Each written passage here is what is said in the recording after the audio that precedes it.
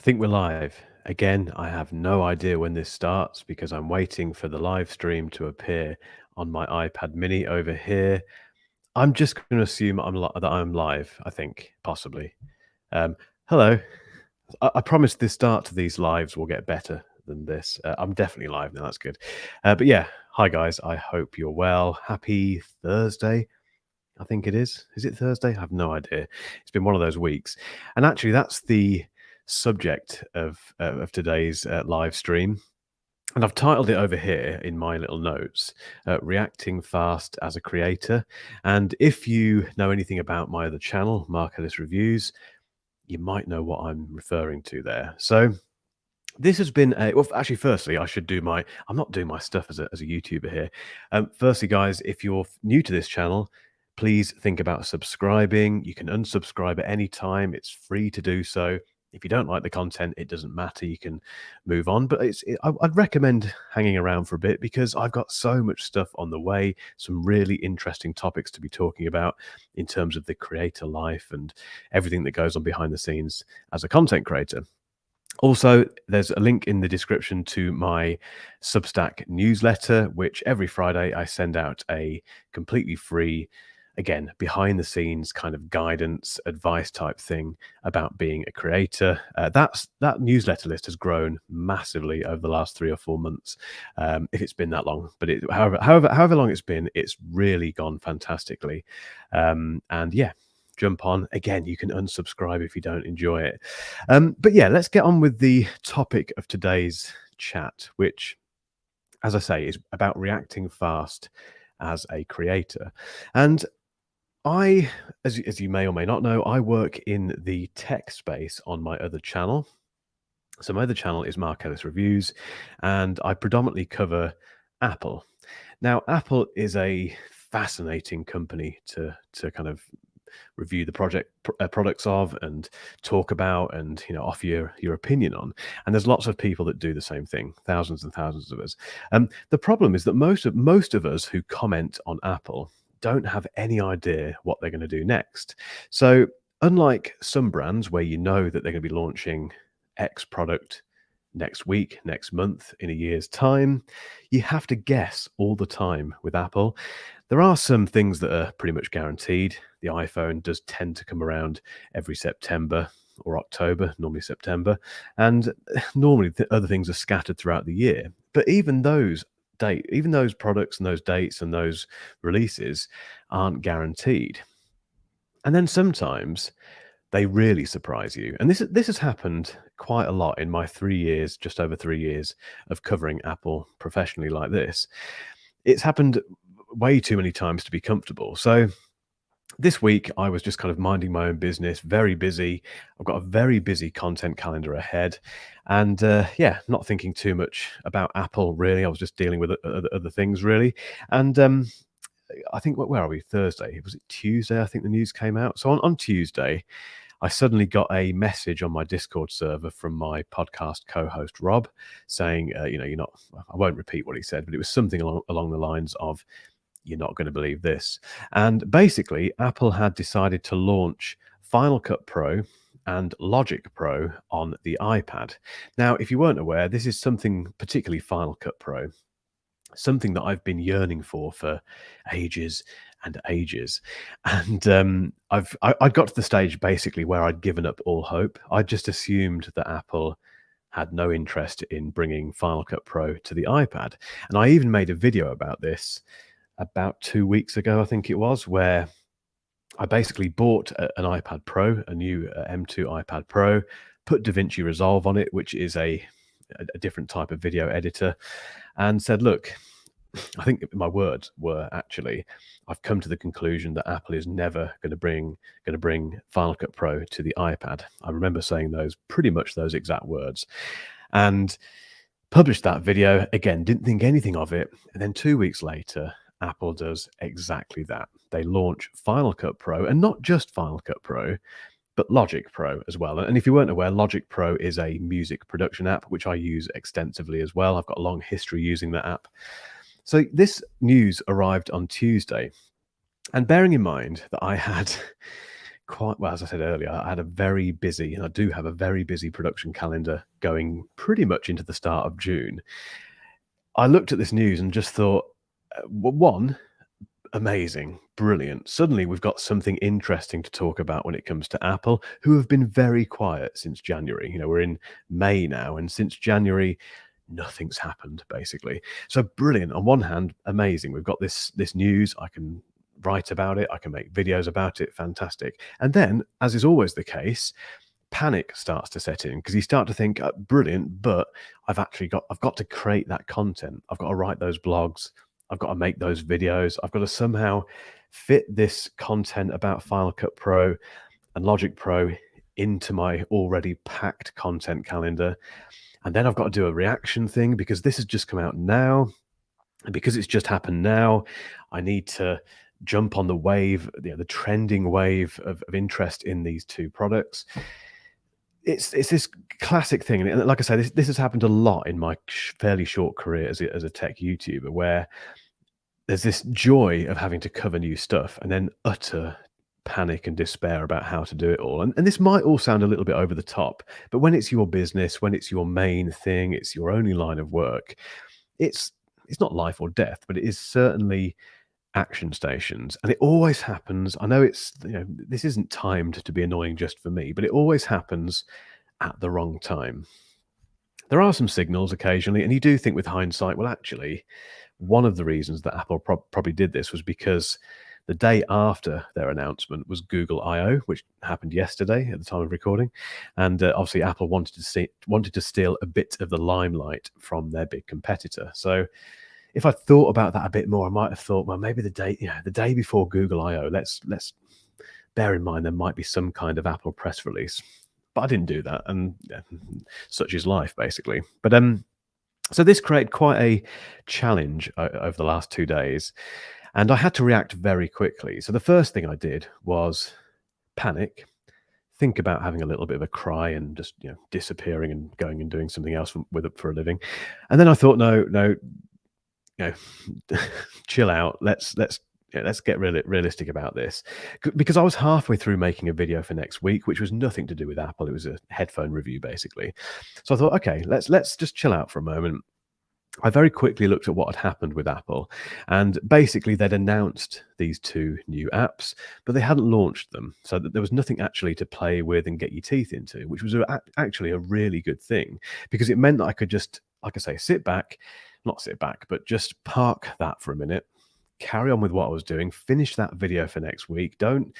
One thing I have done in the past is dart off in different areas and be kind of distracted by other what I think are priorities.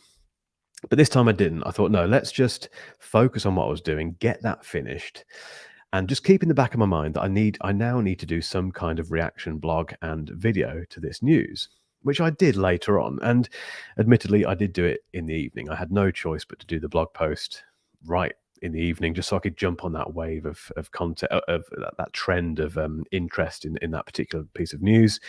And then I had to make the video relatively quickly the next day.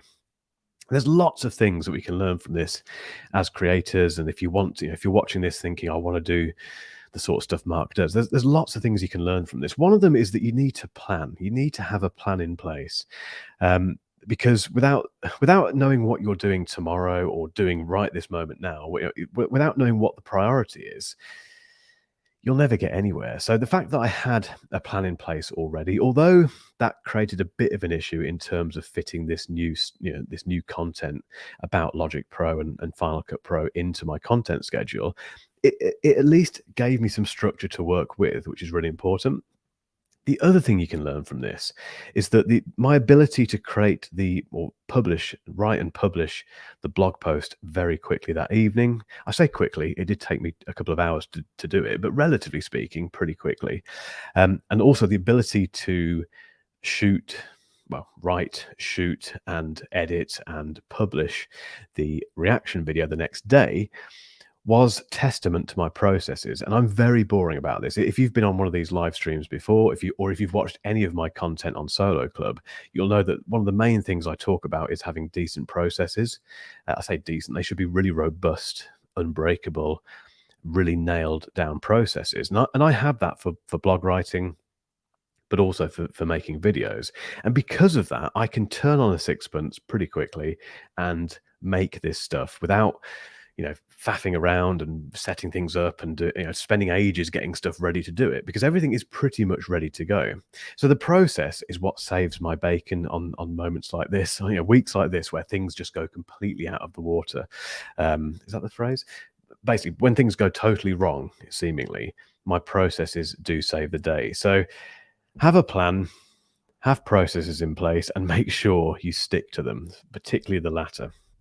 So that completely, like I say, sorted things out to a degree, although I had a couple of late nights as a result.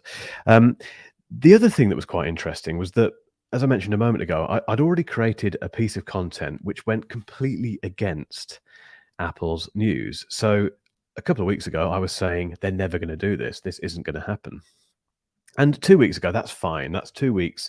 People will forgive you generally for that. But what had happened is that I'd taken that long form video where I said Apple are never going to release Final Cut Pro for the iPad, and I'd given it to my the guy that I have who makes the shorts for me. So he takes that long form video and then chops it up into shorts. And he was running a bit behind, which I was completely aware of. He had other things that he was doing, so he was running behind on the shorts for that particular video. So I only got those shorts back you know where this is going, don't you? A few days before the Apple announcement, not thinking anything of it at all. And I uploaded that. Well, I gave my VA those shorts. He uploaded them, scheduled them, and I'd totally forgotten about them completely.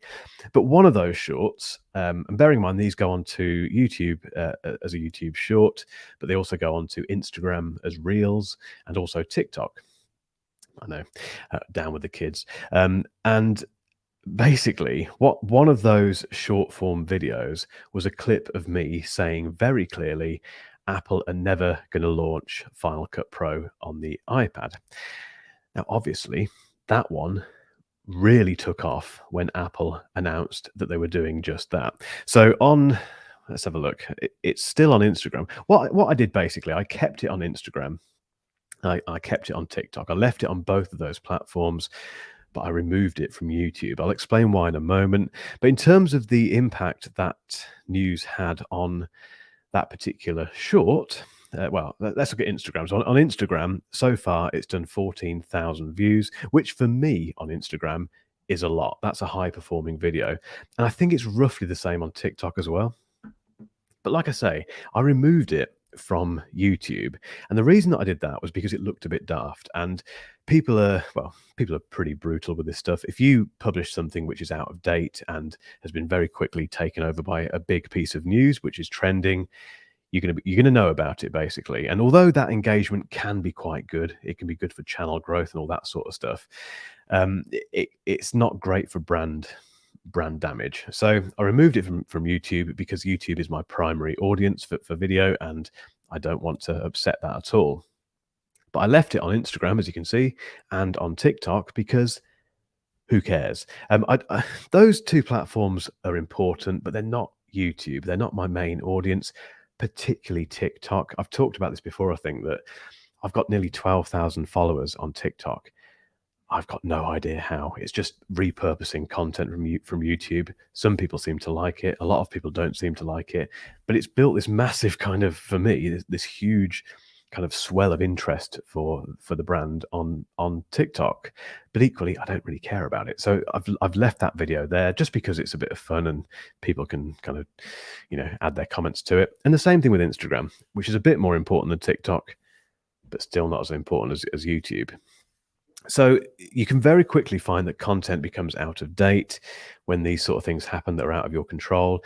If that happens, it's worth just thinking, should I get shot of that content? Because it might be a good play for your brand. So that was the main thing I wanted to talk about, really, guys. The reacting fast as a creator. It's really important. And these things do happen. You have to bear in mind that no matter what niche you're in, whether you're in tech or anything, basically, news that is completely out of your control can come in and change your day, change your plan completely. And it's really important that you react, because the other thing that I could have done was ignore this. I mean, I'd never do this, but technically I could have thought, no, I haven't got time. I've got all these spots, because a lot of the videos that I'm doing in June or May and June are sponsored, which means I'm committed to them. I can't move them. They're paying me. So I could quite easily have looked at this and thought, this is brilliant news for Apple. It's great for the industry as a whole, but I just can't fit it in. I'm not going to get paid for that video about reacting to the video about Final Cut Pro. But I didn't. I worked out a way of working it in, and it was the process and the plan that helped out. So it's been one of those weeks, which has been, yeah, I've not had a huge amount of sleep, but I will get some next week, I'm sure. I'd love to go to some questions now, guys, actually, because I love your questions. I need to have a very quick drink because my throat is getting dry. I can see some familiar faces, which is great. Hello, everyone. Hit me with questions. So I think I've mentioned in the past on these live streams that this isn't a tech channel. Obviously, the tech channel is Mark Ellis Reviews. So if you do ask tech questions, I might answer a couple of them, but I'd rather keep them really as solopreneur, creator, YouTube, content creation type questions. So hit me with any. There must be things that you've got on your mind now that you want to ask me, and you can't offend me. Well, you can offend me, but I've got quite a thick skin, so you can ask me anything. Right, here's one straight away. So Mike, hello Mike, says, do you have any advice to help in picking your YouTube niche? This is a really big subject. I will do something about this on one of these lives in the future, Mike.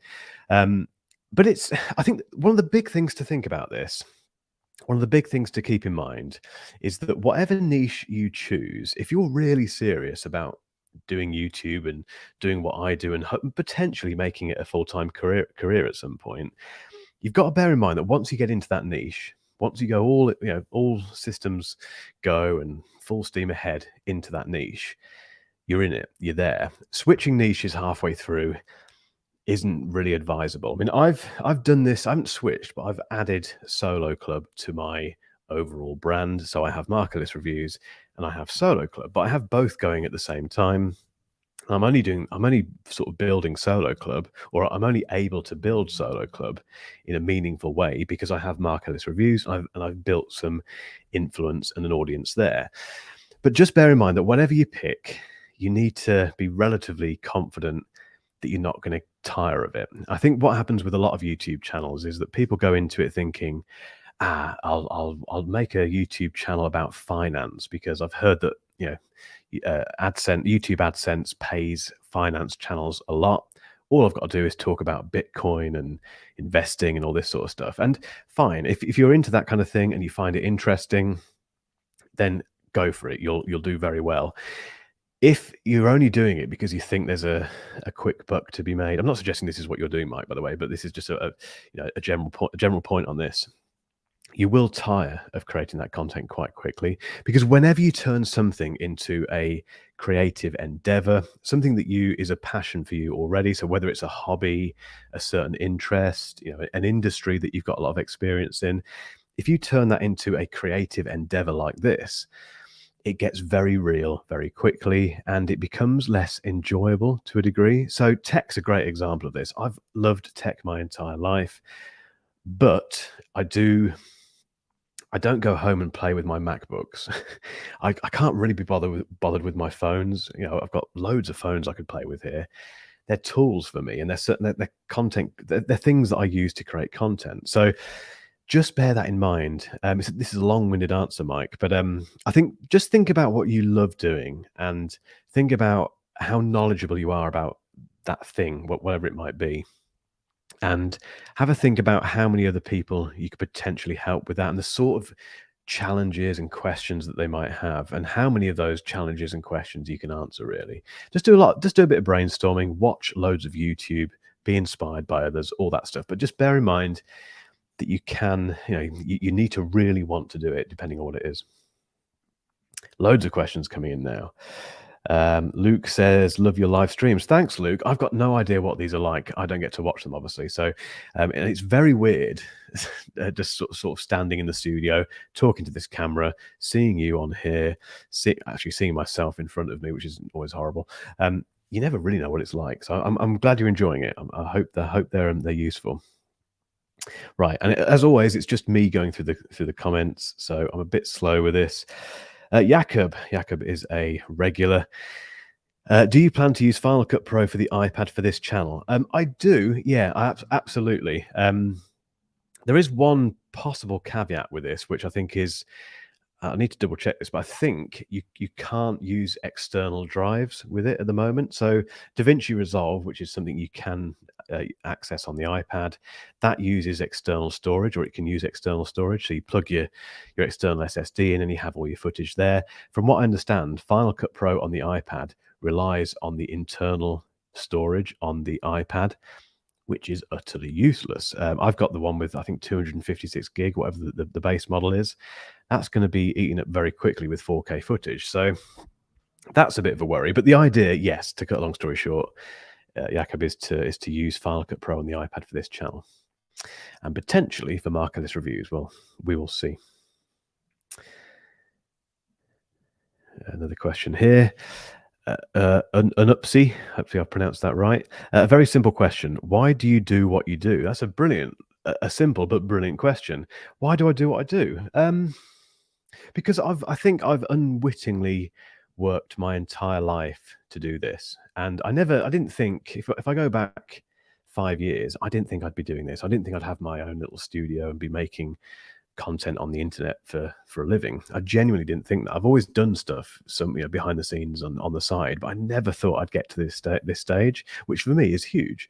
So I think I do it, one, because I love doing it, which is a very obvious and boring answer, but two, because I do it because I've, like I say, unwittingly, and I talked about this last week, I think, or the week before possibly, where I've unwittingly built this bunch of skills in different jobs and through different hobbies that have led to me creating this channel, well, creating markerless reviews, and then creating this channel and going from there. So I think it's that classic thing. You can't join up the dots looking forward, but you can join them up looking backwards.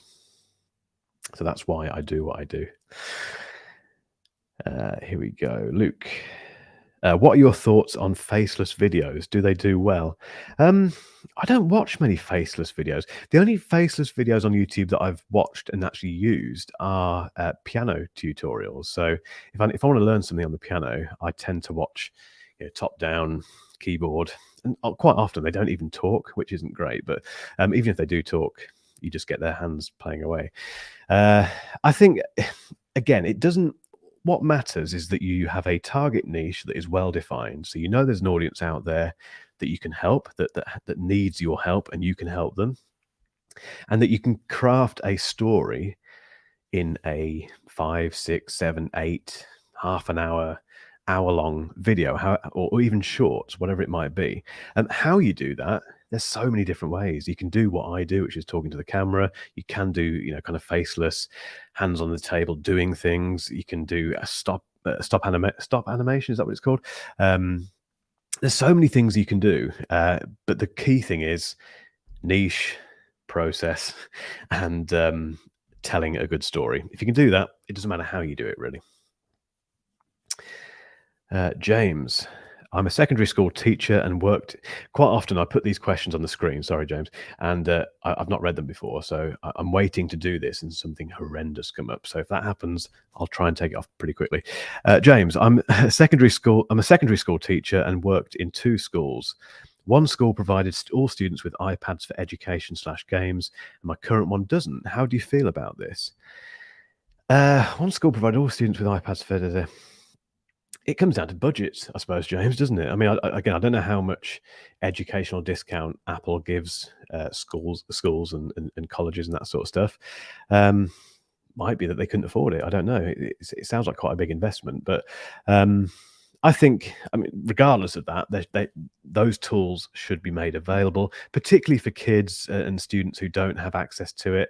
I think if you come from a deprived background, or for whatever reason you don't have access to this amazing tech that we have, you're missing out, and it's not your fault. And I think for that reason, the education system should step in. So again, we could get very political about this, couldn't we? And not knowing where you're from, James, but in the UK, I do have teacher friends, and I know that they're struggling with all sorts of budget problems. So those tools should be made available. Any sort of tool, filmmaking gear, all the things that are relevant now to kids.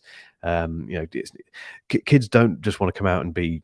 They've never wanted to come out and be accountants. So that was a terrible idea going through my head. But yeah, we need to give kids the tools they need to do the stuff they want to do. John, some great questions today. What do you think is the biggest misconception about starting your own thing? The biggest misconception, I think, is that how do I put this? I had this to a degree where before, because I worked for about 15 or 16 years in a normal job, in inverted commas, and I distinctly remember walking past our spare bedroom every morning on the way downstairs to get my car keys, get in the car and drive to this office. And I always remember looking to my left into this spare bedroom, which was an office basically, barely used, and thinking, "Oh, rather than getting in the car and driving to that office, imagine just turning left into that room and doing my own thing, getting paid for it, being my own boss, yada yada yada." I thought if and when I got to that stage, I'd kind of, click my heels when I get out of bed and skip down the stairs, grab my coffee, smiling and everything. It's not really like that. Again, I always say this. I'm not kind of discounting this.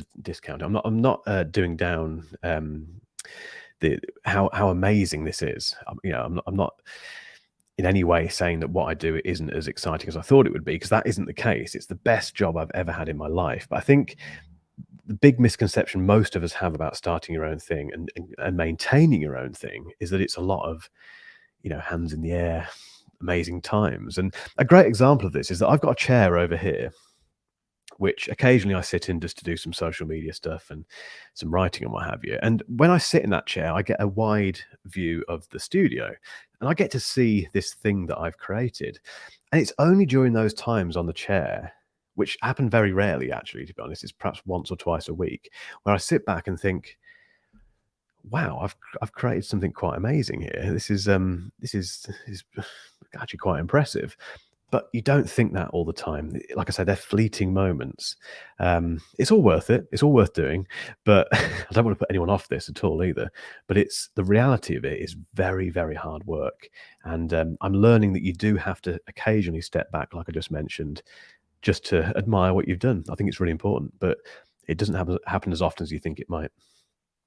Brilliant questions, guys.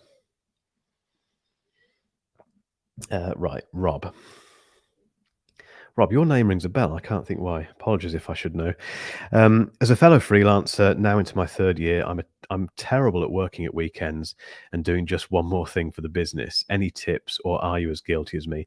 I'm definitely as guilty as you. I don't know if you're a parent, Rob. I mean, one thing that has made a massive difference with this for me is my son. He's first. He takes first preference for everything. Basically, he's the most important thing in my world, as is my girlfriend. So they both help with this big time. And like I say, it's helped even more since Harrison came into the world. I think setting boundaries is really important. I don't know what your situation is in terms of your working situation, if you work at home or if you've got an office or studio or whatever. But as soon as I got this studio, which is about a mile from my house, I have to get in the car or set on foot to get here. I don't just walk into a room and it's there in my house, which is what I used to do. That's created this massive, it's literally a physical gap between work and my personal life. The problem with that, as we all know, is that with most professions these days, you can work anywhere. So I'm still taking my laptop home and doing stuff if I need to. I think it is just a case of creating the boundary, even if it's not physical, mental, have that cut-off point. So for me, at between 5:30 and 6:00 in the evening, that is, I don't work. I've stopped at that point. I might have to work later on, which is not always ideal, but sometimes I do. If that's the case, fine. But generally speaking, between 5:30 and 6 p.m., I'm off duty, and hopefully I maintain that for the rest of the evening, which it is hard, Rob. It's really difficult.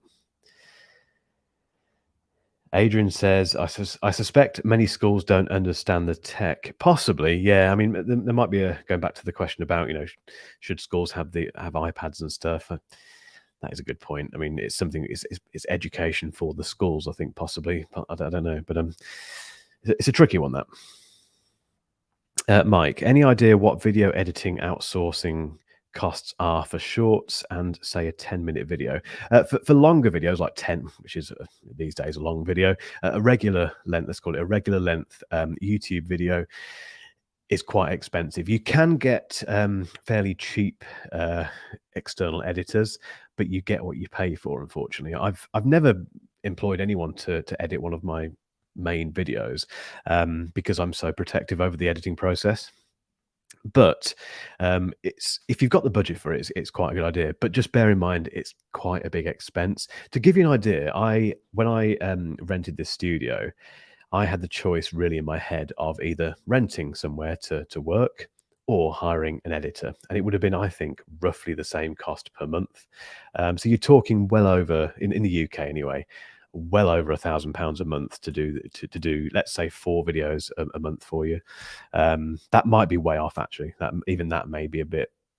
The more I think about it, that might be a bit off. It might maybe a bit more expensive than that. So it's not cheap in terms of shorts.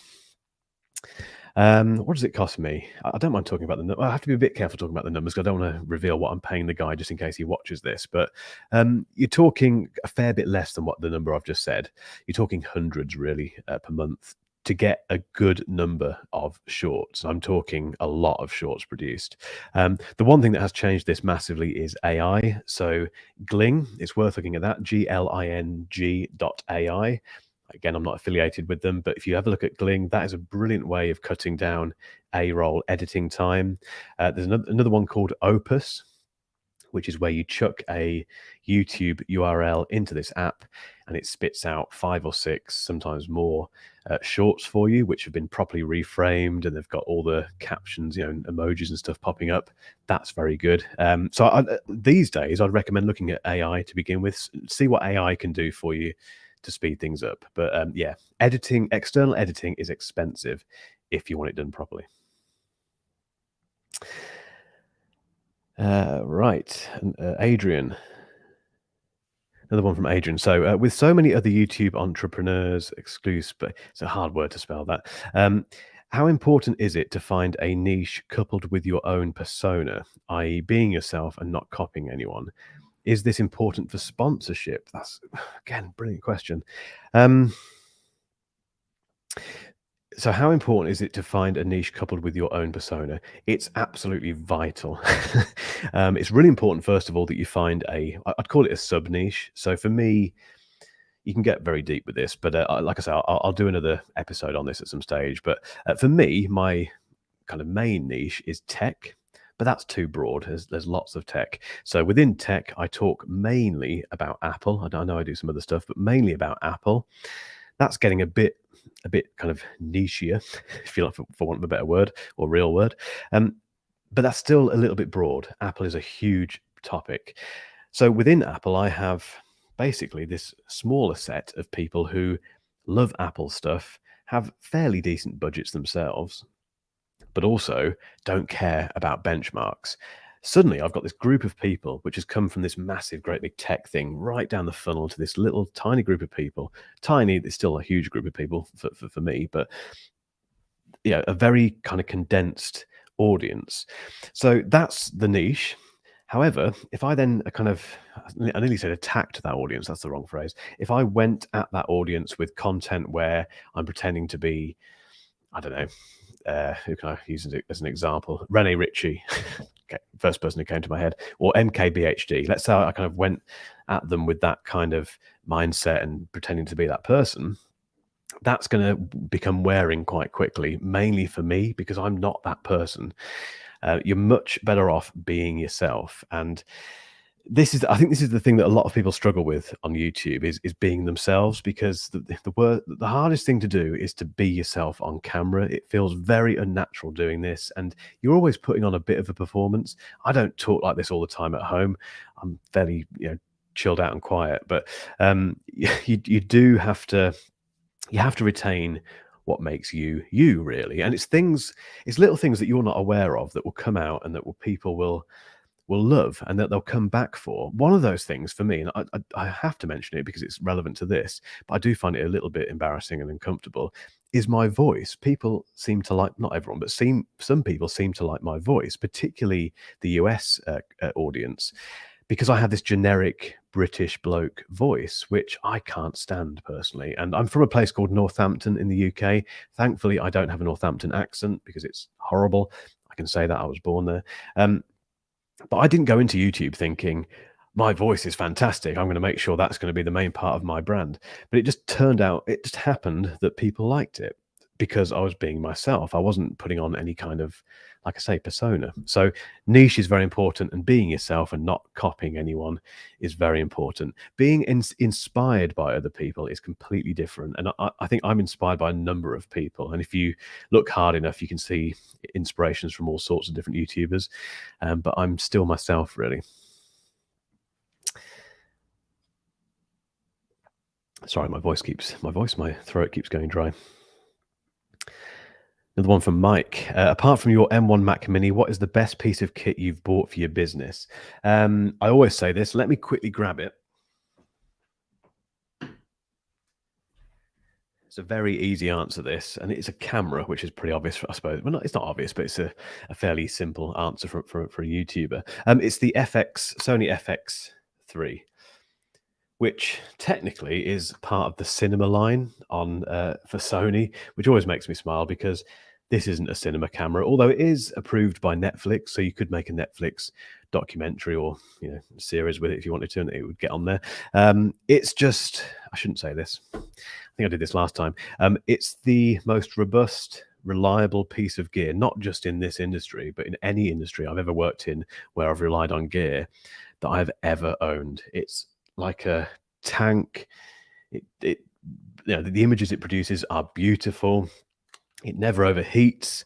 It's just brilliant. And I think although gear does matter, expensive gear doesn't matter. When you get to a stage where you can invest in decent stuff, do it. Get a decent camera, get some decent lighting, get a decent mic, get a good laptop that will help you edit quickly. And but yeah, the FX3 is just, I love that thing. It's absolutely amazing. Rob, what's this? Rob, afternoon. Is having your name in your channel brand a help or a potential hindrance? If you were to expand with having other presenters, would you try to rebrand? Again, really good question. And this does hit on a rather big elephant in the room with brands like mine. And to be fair, a lot of YouTube channels, which is they rely on one person. So again, I've mentioned MKBHD a moment ago, Marquez Brownlee. Probably the biggest tech, arguably the biggest tech YouTuber there is. It's him, and although he does have a big team and he's expanded to have different channels like the studio channel, which involves most of his team rather than him, without Marcus Brownlee, that channel doesn't really exist because he is the main face of it. And if for whatever reason he wasn't there anymore, if he decided to go off and do something different, then who takes his place? So I think it's not a hindrance, but it is something which you have to be acutely aware of. And I think because of that, you do need to really focus on having more than just one audience. So don't just have a YouTube channel. Make sure you've got your website, your newsletter audience. I know this is still all relying on one person, but you do at least spread your influence across different platforms, which is important.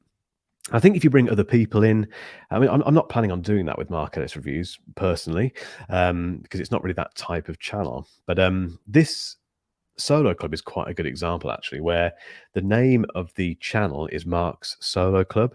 And I did that intentionally because, one, I wanted my name in it because it's important I have that brand recognition.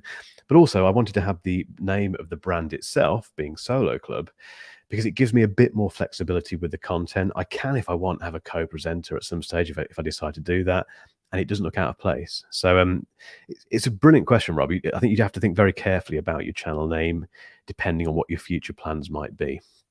But most people tend to have their name as the channel name, which, like I say, it creates this thing which is a bit of an elephant in the room.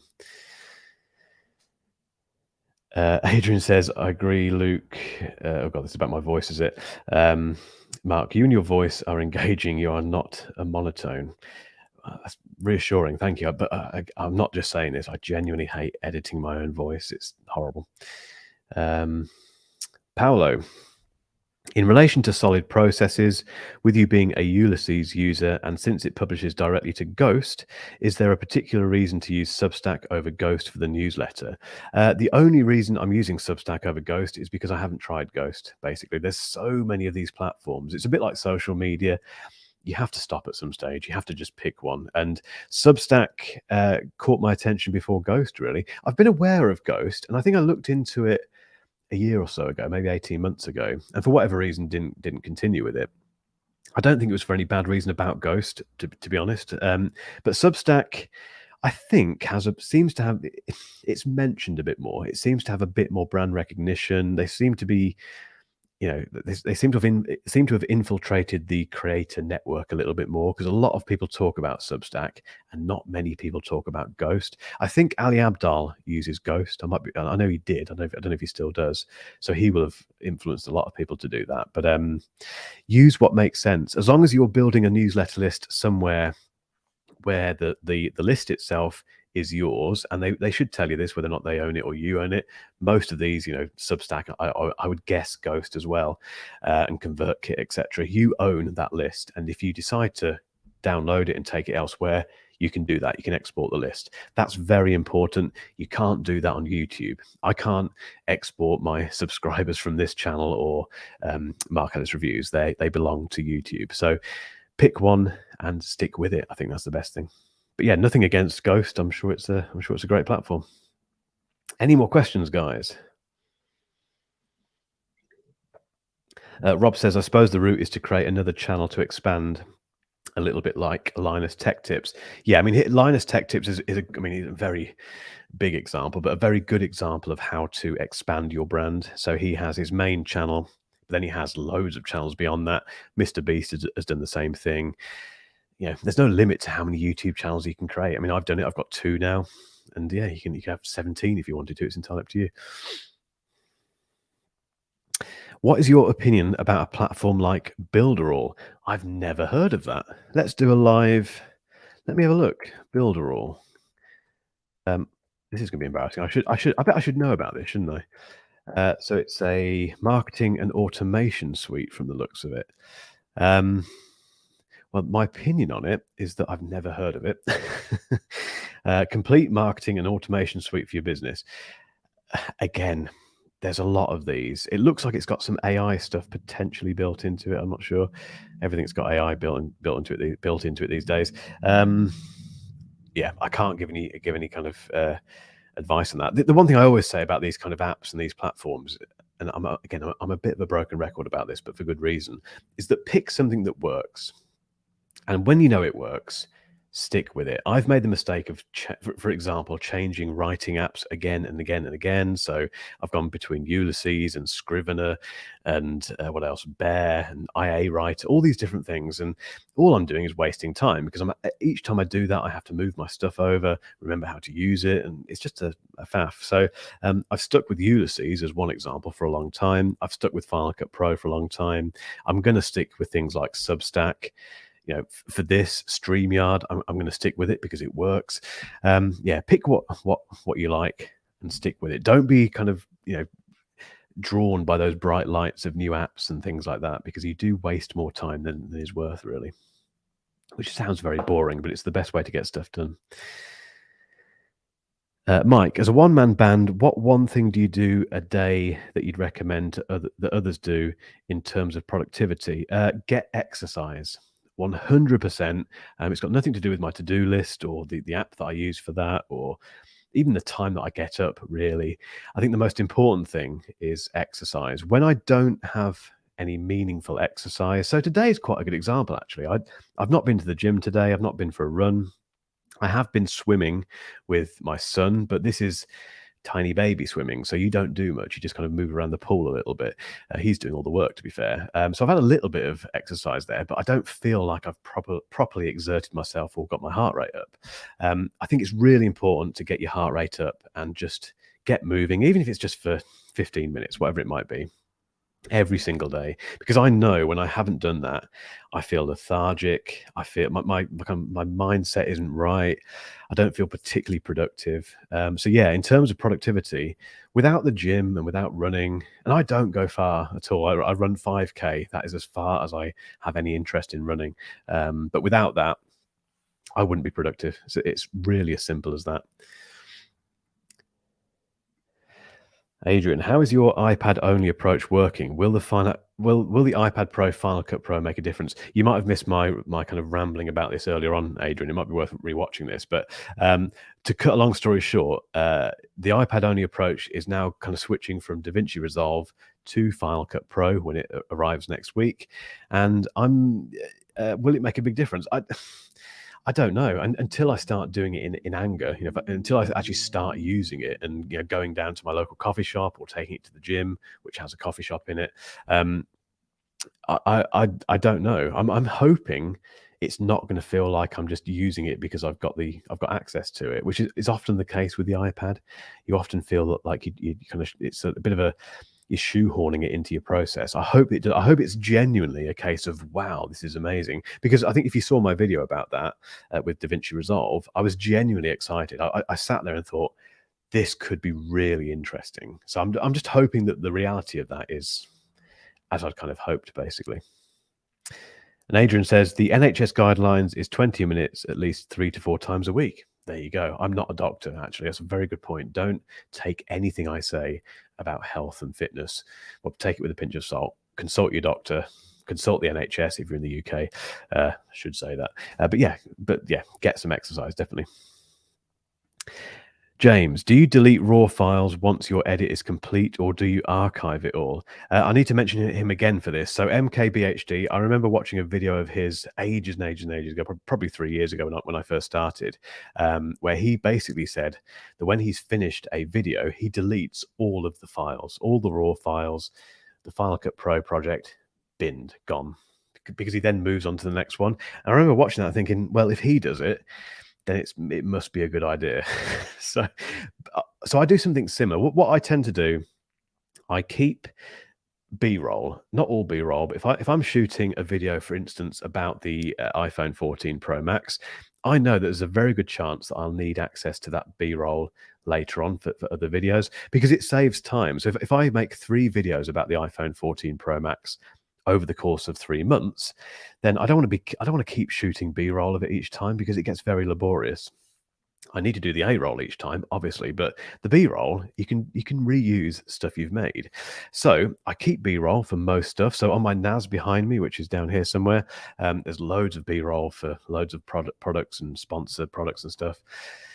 That gets kept. A-roll and the entire Final Cut Pro project as not as soon as it's uploaded, but once it's gone live on YouTube, I then delete it. It's gone, because you just don't need it. I'd never need to go back to that A-roll ever. I can't think of a reason I've ever had that I'd need to do that. So once you've got over that mindset of thinking I'm going to delete all that hard work, it's fine. And also the hard work is actually the thing that comes out of it at the end. It's the MP4 file or whatever it is that comes out at the end and you upload. That is the result of it. Keep those. Make sure you back up your final files. That's very important.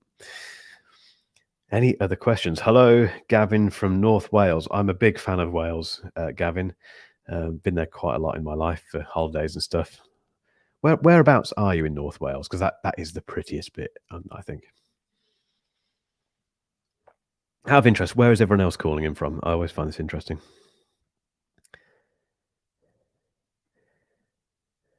Adrian just says, do you keep B-roll on your hard drive, tape or Blu-ray? I wish I kept it on tape, because that would be amazing. Certainly not Blu-ray. No, it's all on my NAS. So I've got a NAS just there, a Synology NAS. I'm pointing out there. It's got loads of drives in it, basically, and it's just kept on there, backed up elsewhere. Yeah, it's all safe, which is the main thing. Colwyn Bay. I've not been to Colwyn Bay, but I've heard it's very nice. Abu Dhabi, Tampa. I love Florida. Wish I was there now. The weather in the UK is just useless. It's, what is it, May the 16th, not the 16th, May the 11th, and it's 16 degrees. That's the 16 I was looking at. Useless. Southwest London. Huge fan of London. Gibraltar. sunny Belfast. Have you got better weather over there, Alan? Aberdeen, Londinium. It's just amazing where all you guys are calling in from. Bournemouth, just outside. Been to Bournemouth a lot for work in the past. I know Bournemouth quite well. Ireland. My girlfriend is half Irish. Yeah, I was gonna say, as you might know, you wouldn't know that anyway. But yeah, there is some Irish in our family in her side, which is interesting when the Six Nations is on, as you can imagine, because I'm very much England. Amazing. Have we got any other questions? Have I missed any questions? I'm always worried that I miss questions. Let's have a quick. I'm just scrolling through. Keep asking if you've got any. I'm just going up here, just seeing. As I say, some brilliant questions, guys. This is the best bit for me. I mean, it's nice kind of talking about, having a topic each week to talk about, but it's the questions really which are the best thing. I've just realized I've left Adrian's question on there. Let's close that. Bahrain, amazing. Do you get to go to the F1 when it's there? I'm obsessed with the F1. You're German and you moved to Ireland 10 years ago. Amazing. Never been to Germany actually either. I was in Brussels last week, which was a fantastic visit, very productive with Mr. Patrick Rambles. I don't know if you've seen that video yet, actually, but if you have a look on Patrick Rambles' channel, you'll see my video with him. Guys, I think we're getting towards the end because I can't see. Are there any more questions? I don't want to give you the chance. I am coming. The next live stream, I think, is on Monday. Actually, I've had to move it to Monday next week just because there's a very busy week next week. So yeah. But so that there will be a chance to come back on then. And equally, if you've got any ideas for, if you've got any requests for content on these live streams, the thing that when I ramble on at the start, that section, if you've got certain things you want me to talk about, let me know, please. There's lots of ways you can get in touch with me. Probably easiest to follow me on Twitter and do it that way. The Twitter link is in the description, I think, somewhere. But yeah, I think we're done, guys. And thank you so much for joining me. I love the fact you come on. Remember, if you haven't subscribed to the channel yet, just hit that subscribe button. I promise you it will be worth it. You'll get notifications, obviously, about these live streams if you hit the bell. And also, check out my Substack newsletter because, like I say, it's free.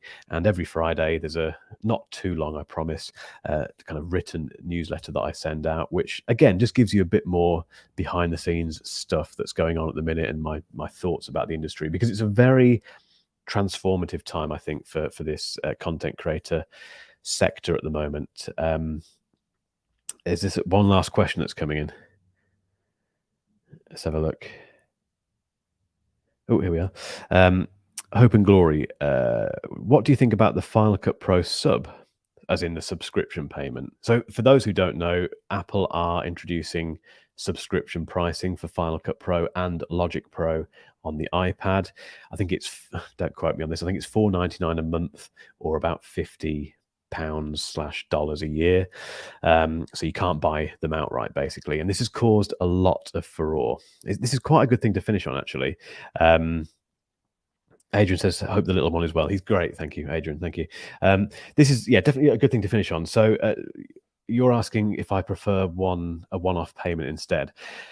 I don't actually. I mean, I would pay the one-off payment, and I've paid the one-off payment for Final Cut Pro on the Mac. That's what I use every day. But the fact they've gone to this subscription model, and I know this is this goes against the grain, I think, this opinion, and it's not necessarily popular.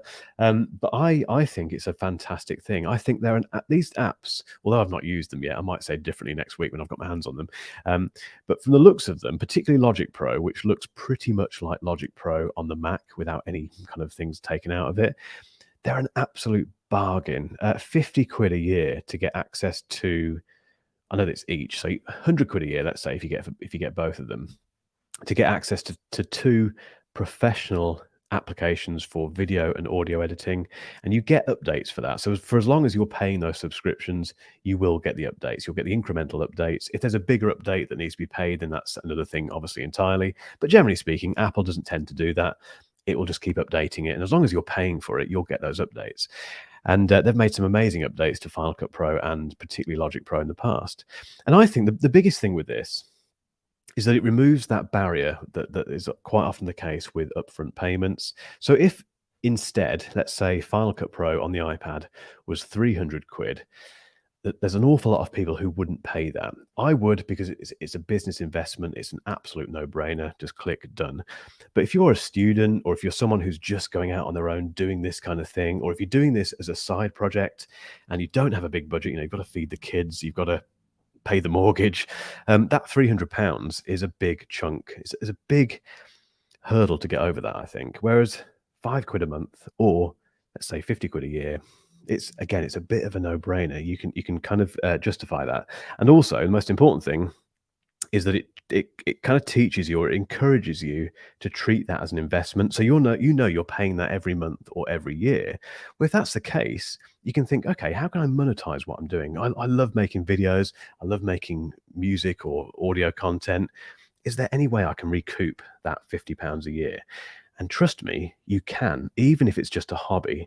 There's so many ways you can use these things to just make that £50 or £4.99 a month disappear, and then some. So I think it's a wonderful thing. I tend to get on my soapbox a bit about this, and I understand the other side of the argument. I understand that people have got subscription fatigue.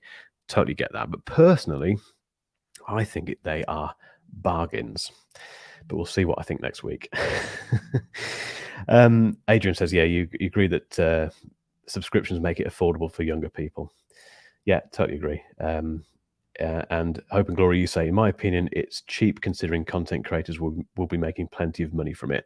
That's exactly my point. So that's a good note to end on, I think, guys. I'm glad you two agree with me. Not everyone does. If you look at the comments on my most recent video, lots of people don't agree with me, but that's great. That's brilliant engagement. I'm going to let you get on with you guys, with your days now, guys. And yeah, thank you so much for jumping on this stream.